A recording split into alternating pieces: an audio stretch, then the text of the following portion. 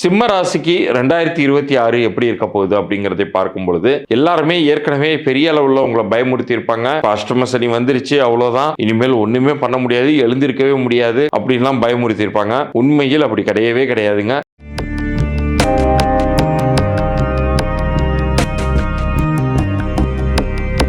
காரணம் என்னன்னு கேட்டீங்கன்னா, சிம்மத்திற்கு 6ஆம் வீட்டில் செவ்வாய் உச்சமடைந்து ருச்சக யோகத்தை உருவாக்கி இருக்கிறார். அவர் யார் அப்படின்னு சொல்லி பார்க்கும்போது உங்களுடைய 4ஆம் வீட்டிற்கும் 9ஆம் வீட்டிற்கும் அவர்தான் அதிபதி. இந்த செவ்வாய் உச்சம் பெறும் பொழுது உங்கள் லைஃப்பில் ப்ராப்பர்ட்டிஸ் நிறைய சேர்க்கலாம். உங்களுடைய இன்வெஸ்ட்மெண்ட் அத்தனையுமே பார்த்தீங்கன்னா நல்ல அப்ரிஷியேட் ஆக போகுது அப்படிங்கிறத உறுதியாக சொல்லலாம்.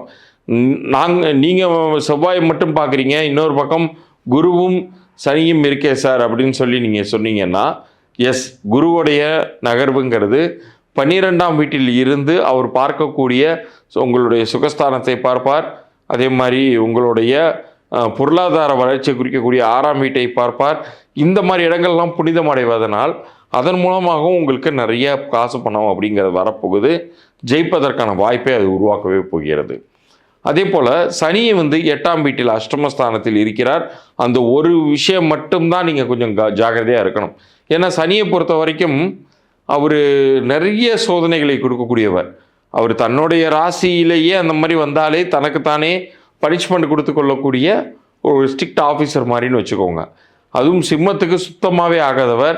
அந்த ஒரு காரணத்தினால பணங்காசு கையாளும் போது ரொம்ப ஜாக்கிரதையாக இருக்கணும். யாரையும் நம்பி ஜாமீன் கையெழுத்து போட்டுறக்கூடாது. நீங்கள் ஒரு முறைக்கு பல முறை யோசித்தே நிலப்புலன்கள் வாங்குவதாக இருந்தால் கூட தகுந்த ஆலோசனையின்றி வாங்கக்கூடாது. ஏன்னா ஏதாச்சும் ஒரு வகையில் உங்களை லாக் பண்ணி விட்டுரும். அந்த வீடுமே தோஷத்தில் இருக்கும், வாஸ்து தோஷத்தில் இருக்கும். ஸோ அது மாதிரி சூழ்நிலைகள் இருக்கக்கூடாதுன்னா ப்ராப்பரான கன்சல்டேஷன் எடுத்துகிட்டு இறங்குங்க. ஆனால் இந்த காலகட்டம் உங்களுக்கு கையில் காசு தங்கும். அதை முறையாக செலவிட்டு அதிக வட்டிக்கு இருக்கக்கூடிய கடனை தயவுசெய்து அடைச்சிருங்க. அப்போ தான் வரக்கூடிய வருடங்களில் உங்களுக்கான நல்ல நன்மைகளை நீங்கள் எதிர்பார்க்க முடியும்.